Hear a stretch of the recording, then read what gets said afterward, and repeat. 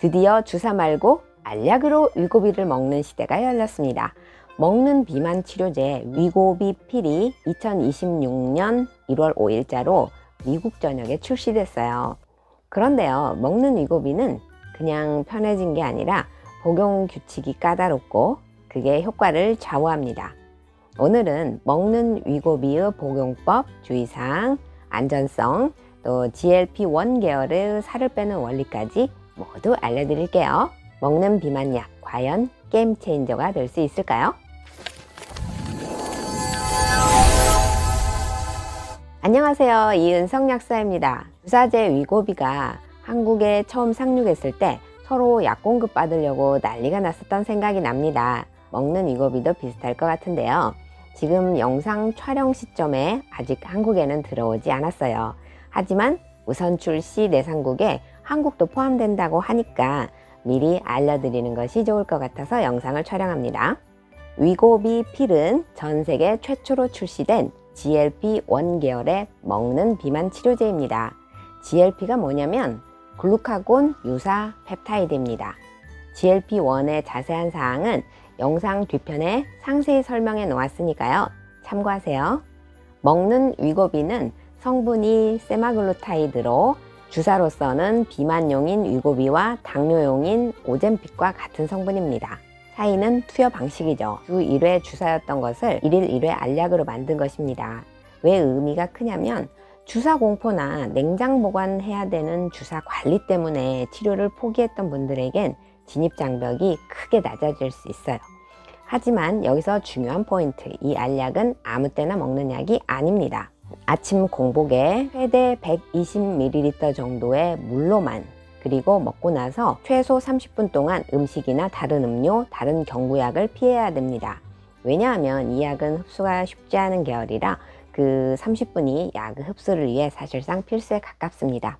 현실적으로는 출근 준비하면서 커피 한 잔, 공복에 혈압 강화제니 갑상선 약이니 골다공증 약 등 이런 루틴이 있는 분들이 많은데 거기에 끼워 넣는 게 생각보다 어렵습니다.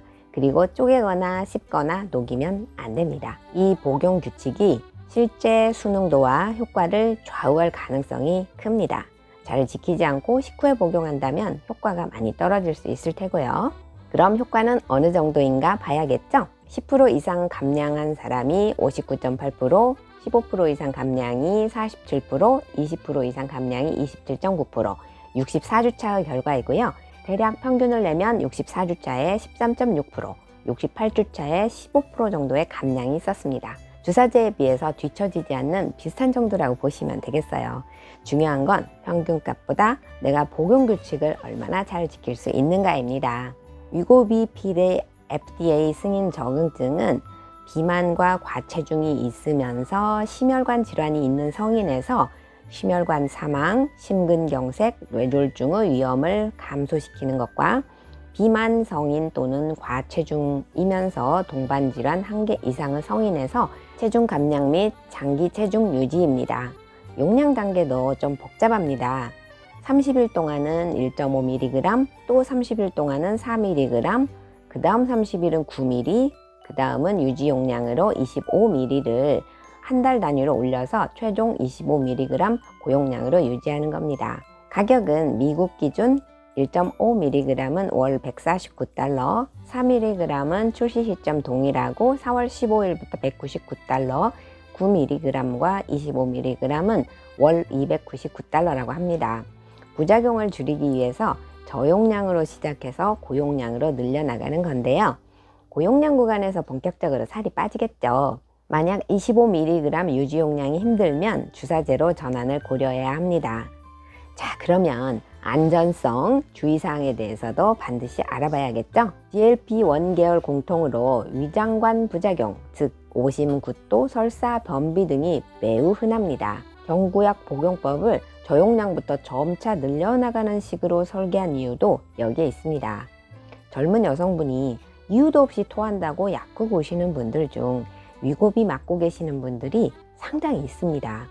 왜 이렇게 위장관 부작용이 심할까요? GLP-1이 우리 몸에서 나오는 것은 자연스럽게 나오는 거지만 이건 합성 펩타이드잖아요.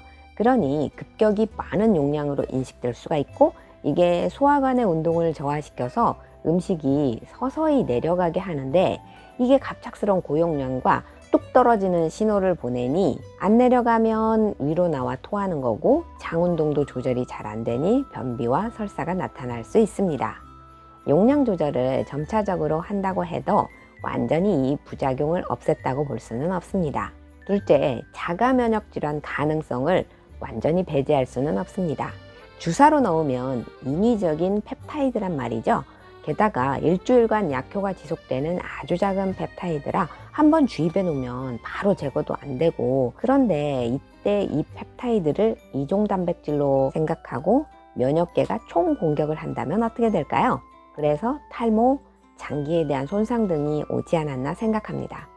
먹는 경우에는 주사제만큼 심각할 거라고 보진 않지만, 만약 장누수가 있는 경우 작은 펩타이드가 항원으로 작용하지 않는다는 보장이 없습니다. 또 갑상선 C셀 종양 관련 경고가 있습니다. 설치류 결과이긴 하지만 가족력을 포함해서 특정 병력이 있으면 의사와의 상의가 필수입니다. 주사 위고비가 부작용으로 췌장염, 신장 손상 등을 일으킨 경우가 있어요. 경구제도 위험성이 있으므로 특정 내분비 종양 병력, 췌장염 병력 등이 있으신 분들은 반드시 의료진과 상담 후 결정하시는 것이 중요합니다. 그리고 중요한 한 가지는, 이게 혈당을 낮추는 약이기 때문에 정상혈당이신 분들, 수시로 저혈당이 오시는 분들, 당뇨로 인해서 혈당 강화제를 이미 드시고 계시는 분들은 저혈당에 주의해야 됩니다. 저혈당은 무기력하고 어지럽고 식은땀 나고 또 우울증이 올 수도 있고 매우 컨디션이 다운됩니다. 혹시 이런 분들은 혈당을 반드시 체크해 보시기 바랍니다. 그리고 마지막으로 근감소의 우려가 있습니다.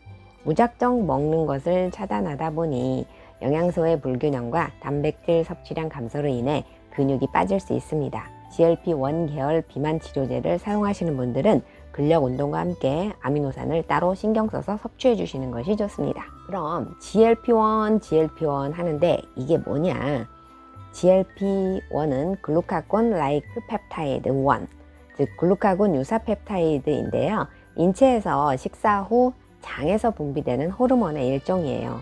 이게 분비되면 이제 많이 먹었다 아이가 하면서 식욕을 떨어뜨리고 혈당을 조절합니다. GLP-1은 혈당이 높으면 췌장의 베타세포를 자극해 인슐린 분비를 촉진하고, 혈당을 높이는 글루카곤의 분비는 억제하여서 혈당 상승을 이중으로 조절합니다. 체내에서 분비되는 경우에는 자연스럽게 식사량 조절이 가능하고 혈당도 자연스러워서 몸에 무리가 없죠.